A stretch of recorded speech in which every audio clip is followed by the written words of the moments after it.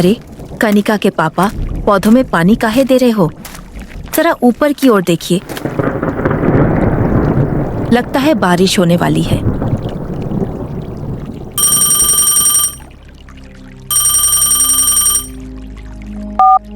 पापा? अरे देखो भाग्यवान, तुमने कनिका का नाम लिया और उसका फोन आ गया। पापा? भगवान करे मेरी प्यारी बेटी को मेरी उम्र लग जाए। अरे पहले अपनी बेटी से बात कीजिए, वह क्या कह रही है? हाँ बोलो बेटी, ये नंबर किसका है? पापा आप जितनी जल्दी हो सके मेरे घर आइए। क्यों बेटी, क्या हो गया? सब ठीक तो है ना? पापा बहुत बड़ा अनर्थ हो गया है। आपकी नतनी को किसी साई ने अपने वश में कर लिया है। वह अजीब अजीब हरकतें कर रही है। मुझे बहुत डर लग रहा है, कहीं मेरी बेटी को कुछ हो ना जाए। इतना सुनते ही उसके पापा के हाथ से पानी का डिब्बा नीचे गिर जाता है। वह समझ ही नहीं पाते कि अब क्या करें, क्योंकि रात काफी हो चुकी थी।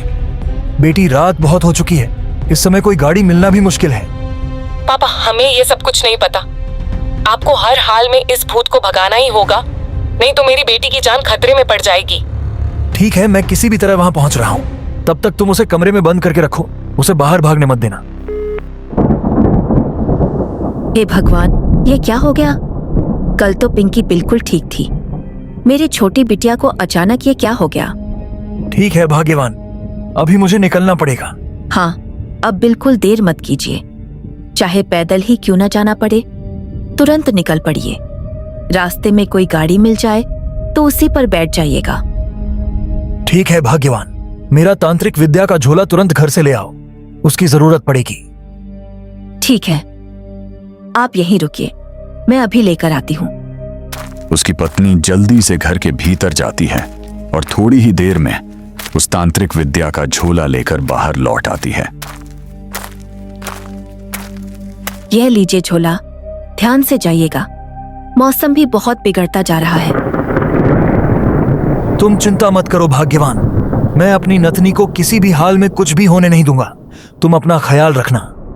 बिना देर किए कालिदास झोला लेकर वहां से निकल जाता है। कालिदास के घर से निकलते ही अचानक तेज आंधी तूफान शुरू हो जाता है।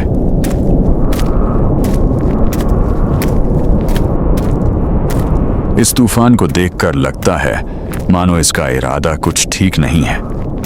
ऊपर से बादल बार बार गरज रहे होते हैं। फिर भी कालिदास बिना एक पल रुके काफी तेजी से आगे की ओर बढ़ रहे होते हैं। कालिदास पेशे से एक ओझा है जो किसी भी प्रकार के भूत को आसानी से काबू में कर लेता है। उसे वह सभी तांत्रिक विद्याएं आती हैं जिनकी मदद से वह सबसे खतरनाक से भी खतरनाक भूत को भी पल भर में पकड़ सकता है। लगता है आज इस रास्ते में कोई गाड़ी नहीं मिलने वाली है। रात भी काफी ज्यादा हो चुकी है। अगर कोई गाड़ी मिल जाती तो मैं जल्दी अपनी बिटिया के पास पहुंच जाता। कालिदास की ये बातें मानो ऊपर वाले ने सुन लिया हो। तभी अचानक उनके पीछे से किसी टेम्पू के इंजन की तेज आवाज सुनाई पड़ती है। सुनसान रास्ते में वह आवाज मानो उम्मीद की एक किरण बनकर गूंज उठती है। कालिदास सुनसान रास्ते के ठीक बीचों बीच जाकर खड़ा हो जाता है। टेम्पू अपनी रफ्तार कम करते करते आखिरकार कालिदास के ठीक सामने आकर रुक जाती है। अरे ओ काका, मरना है क्या? मेरी गाड़ी के सामने से हटो। ड्राइवर जब उसे ध्यान से देखता है तो तुरंत पहचान लेता है। अरे यह तो ओझा बाबा हैं। इतनी रात को इस रास्ते पर क्या कर रहे हैं? अरे कालिदास बाबा, इतनी गहरी रात और इस आंधी तूफान में आप बीच सड़क पर क्या कर रहे हैं? कहीं आप रास्ता तो नहीं भटक गए? अरे रघु, तुम सही समय पर मिले हो। जल्दी मुझे बैठाकर लेकर चलो, बहुत बड़ी समस्या आ गई है। बाबा, पूरे दिन गाड़ी चलाते चलाते बहुत थक गया हूं। अब मैं सीधे घर जाने वाला था। रघु, ये क्या कह रहे हो? ऐसे समय में अगर तुम मेरी मदद नहीं करोगे तो कौन करेगा? तुम मुझसे 2 गुना पैसा ले लेना, लेकिन अभी तुरंत मुझे वहां पहुंचा दो, नहीं तो बहुत बड़ी समस्या खड़ी हो जाएगी। अगर ऐसी बात है तो मैं आपको जरूर लेकर जाऊंगा। उससे पहले मैं घर पर फोन करके बता देता हूं। कि आज रात आने में देर हो सकती है। रघु, तुम रास्ते में कॉल करके बता देना, लेकिन अभी बिना देर किए चलो। ठीक है, बैठिए। लेकिन जाना कहाँ है बाबा? ये तो आपने बताया ही नहीं। यहां से आगे 2 गांव पार करने के बाद जो तीसरा गांव आएगा वहीं मेरी बेटी का ससुराल है। उसी गांव में मुझे जल्द से जल्द पहुंचना है। अच्छा, कनिका बिटिया के यहाँ जाना है। ठीक है बाबा, आप जल्दी से बैठ जाइए। जैसे ही कालिदास तांत्रिक बाबा टेम्पू में बैठते हैं, रघु बिना देर किए इंजन स्टार्ट कर देता है।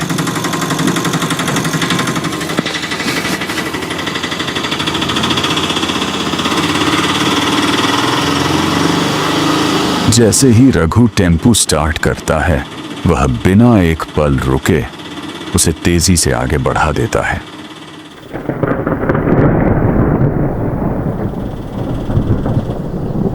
आसमान में बादल लगातार गरज रहे हैं, जैसे बारिश भी जिद पर अड़ी हो कि आज की रात किसी भी कीमत पर रुकने वाली नहीं।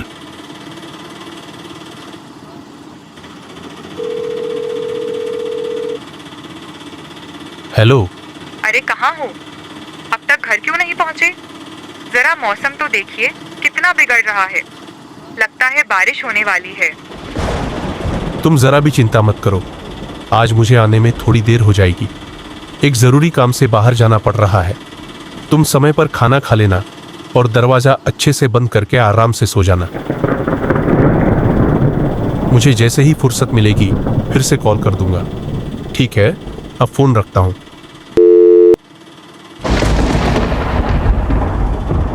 कुछ ही देर में ड्राइवर साहब घर पर कॉल करके बता देता है कि आज उन्हें घर आने में देर हो जाएगी।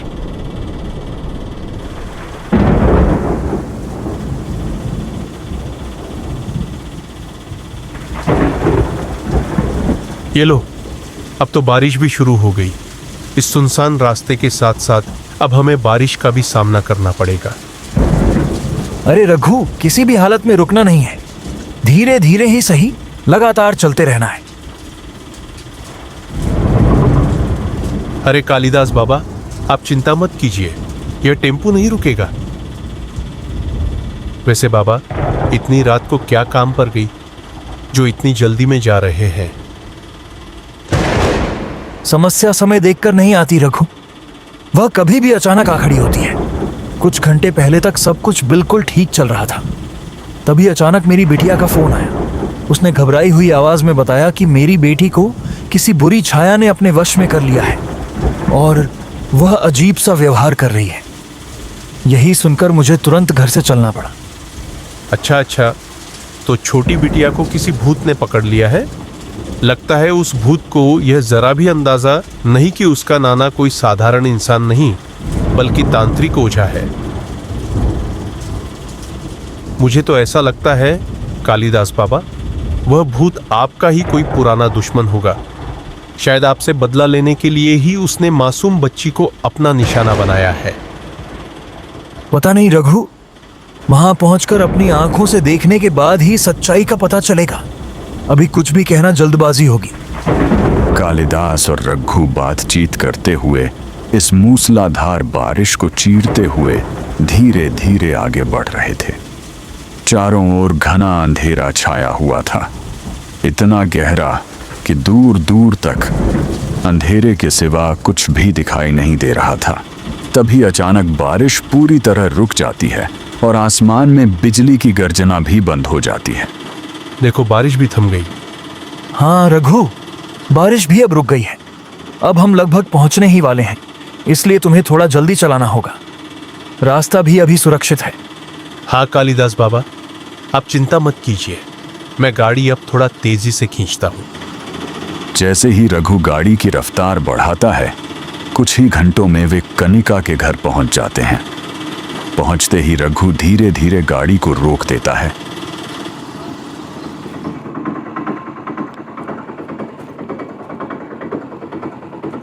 और दोनों टेम्पू से बाहर उतर जाते हैं। रघु, तुम तब तक यहीं रुको, मैं थोड़ी देर में वापस आता हूँ। ठीक है कालिदास बाबा, आप जल्दी जाइए। वैसे भी मैं भूत से बहुत डरता हूँ। मैं तब तक यहीं आपका इंतजार करता हूँ। कालिदास बाबा बिना समय गंवाए वहां से तेज कदमों से निकल पड़ते हैं और उधर रघु टेम्पू बंद करके अकेला ही उसमें बैठा रहता है।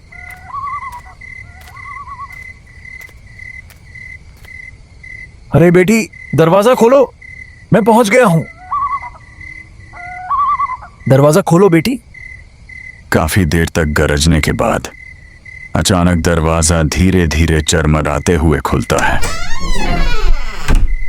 अरे पापा, आप यहाँ इतनी रात को? ये क्या कह रही हो बेटी? तुमने ही तो मुझे फोन करके कहा था कि तुम्हारी नातिन को किसी साय ने पकड़ लिया है। ये क्या कह रहे हैं पापा? मैंने कब आपको फोन किया? आपकी नतनी तो सो रही है। अगर तुमने फोन नहीं किया तो फिर किसने किया? कॉल पर आवाज तो तुम्हारी ही थी। तुम रो रो कर कह रही थी कि पापा, आपकी नतनी को किसी साय ने पकड़ लिया है। अगर आप नहीं आओगे तो बहुत अनर्थ हो जाएगा, इसलिए मैं इतनी तेज बारिश में भी यहाँ चला आया। अच्छा, ये सब छोड़िए पापा, ये बताइए किस नंबर से कॉल आया था? शायद कोई नया नंबर था बेटी। हड़बड़ी में मैंने तुम्हारे नंबर पर कॉल करके भी चेक नहीं किया। लगता है पापा किसी और ने आपको फोन करके मजाक किया है, लेकिन आप तो कह रहे हैं कि आवाज मेरी थी। आखिर ऐसा कैसे हो सकता है? खैर, ये सब छोड़िए पापा, आइए घर के अंदर चलिए। अब आप कल ही घर जाइएगा। नहीं बेटी, तुम अंदर जाओ, मैं फिर किसी दिन आऊंगा। मैं अकेला नहीं आया हूं, मेरे साथ एक टेम्पू वाला भी है। ठीक है बेटी, अब मैं चलता हूं। कालिदास इतना कहकर वहां से मुड़ जाता है। चलते चलते उसके मन में एक ही सवाल गूंजता रहता है, आखिर उसे कॉल किसने किया था? रघु, टेम्पू स्टार्ट करो, अब हमें घर के लिए निकलना है। अरे कालिदास बाबा, आप तो इतनी जल्दी लौट आए। क्या हमारी छोटी बिटिया ठीक हो गई? रघु, गाड़ी स्टार्ट करो, रास्ते में सब कुछ बताऊंगा। कालिदास ज्यादा कुछ नहीं कहता, वह बस रघु से गाड़ी स्टार्ट करने को कह देता है। ड्राइवर भी ज्यादा कुछ नहीं बोलता, वह चुपचाप टेम्पो स्टार्ट करता है और वहां से निकल पड़ता है।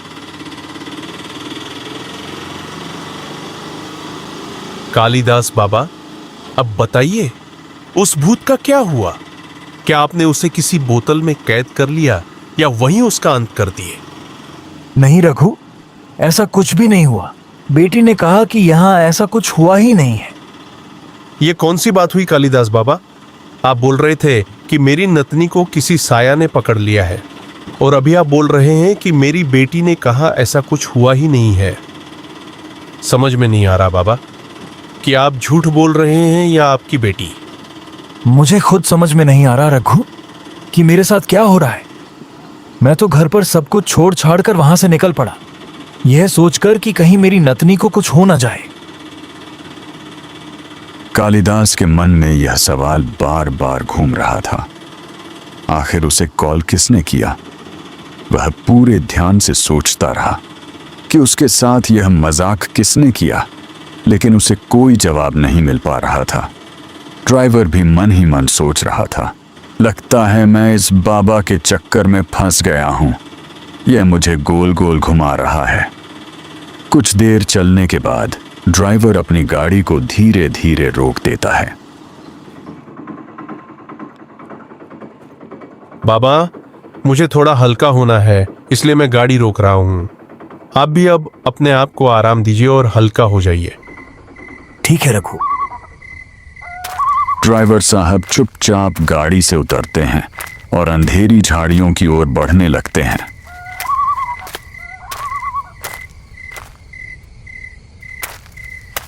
कालिदास अब तक उसी बात को सोचते सोचते वो भी झाड़ी की ओर बढ़ने लगता है। जैसे ही कालिदास झाड़ी के पास पहुंचता है, अचानक सामने से एक अजीब सी आवाज उसके कानों में गूंज उठती है। क्या रे काली, अपनी बेटी से मिलकर आ गया? पीछे क्या देख रहा है? सामने देख। कौन हो तुम? सामने आओ। मुझसे क्या चाहते हो और क्यों मुझे इस तरह परेशान कर रहे हो? इतनी जल्दी भूल गया काली? इस बार तो तुम्हारी नतनी बच निकली, मगर अगली बार जो कॉल आएगा वह झूठ नहीं होगा। उस दिन उसे कोई नहीं बचा पाएगा। इतना कहकर वह सामने आ जाती है। उसे देखते ही कालिदास की आंखें फटी की फटी रह जाती हैं।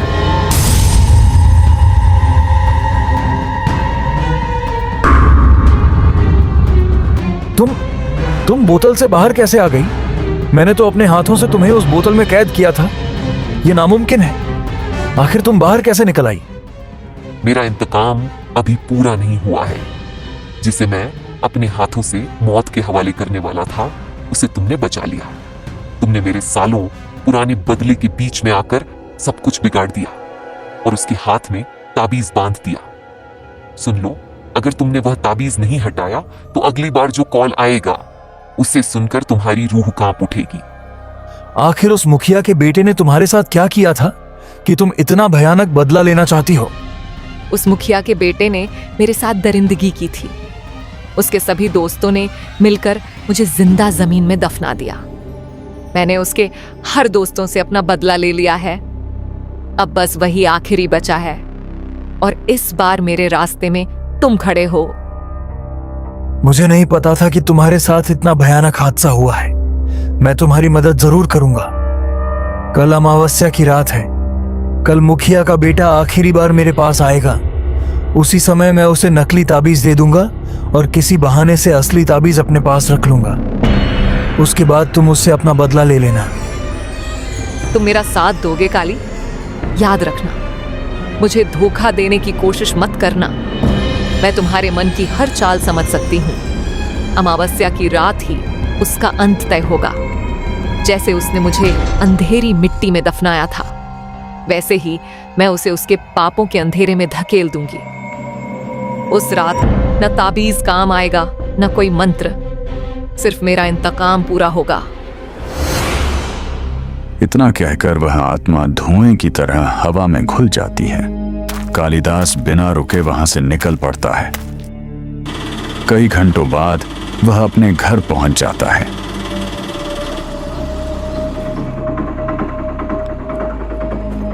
ड्राइवर भी उससे 2 गुना पैसा लेकर वहां से वापस चला जाता है।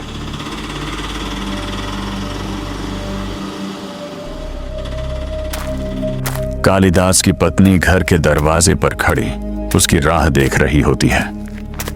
क्या हुआ जी? हमारी नतनी ठीक तो है ना? हाँ, अभी तो सब ठीक है, लेकिन बात उतनी आसान नहीं है जितनी तुम समझ रही हो। सीधे सीधे बताइए, आखिर हुआ क्या है? आप इतने परेशान क्यों दिख रहे हैं? नहीं भाग्यवान, घबराने की कोई बात नहीं है। सब कुछ बिल्कुल ठीक है। यह सुनकर बहुत खुशी हुई जी। आइए अंदर चलिए और कुछ खाना खा लीजिए। ठीक है, चलो।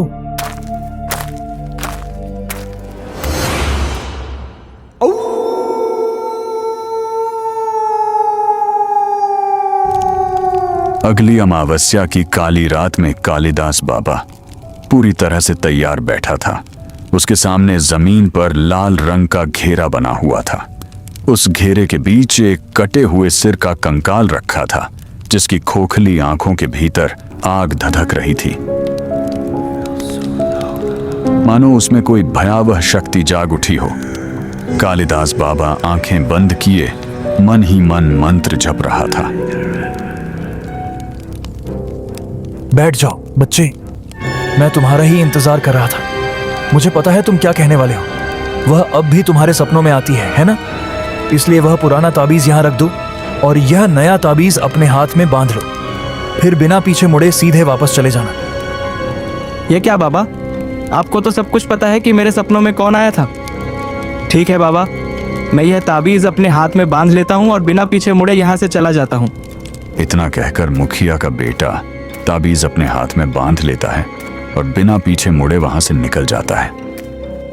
जैसे ही मुखिया का बेटा उस ओझा के घर से दूर होता है, एक रोशनी उसके शरीर में प्रवेश कर जाती है। रोशनी के प्रवेश करते ही उसकी आंखें तुरंत लाल हो जाती हैं। क्रोधित आत्मा उसके शरीर की सभी हड्डियां तोड़ देती है और वह धराम से नीचे गिर जाता है। और वह आत्मा अपना मकसद पूरा करके वहां से चली जाती है।